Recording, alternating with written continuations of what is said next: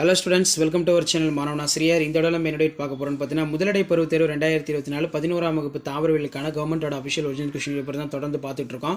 Last minute வந்து பார்த்தீங்கன்னா 11th standard student உங்களுடைய பியூர் சயின்ஸ் பாட்னி மிட்டம் எக்ஸாமுக்கு ப்ரிப்பேர் ஆகிறதுக்கு வீடியோ யூஸ்ஃபுல்லாக இருக்கும். ஹோமியோமிரஸ் ஹெட்ரோமிரஸ் லைக்கன் வேறுபடுத்துக, தண்டின் ஏதேனும் 2 பண்புகளை எழுது, மைக்ரோபிளாஸ்மா படமறிந்து பாகம் குறி, வாஸ்குலர் தொகுப்புடைய பூவா தாவரங்கள் அழைக்கப்படும் பிரிவு எது, ஏன்?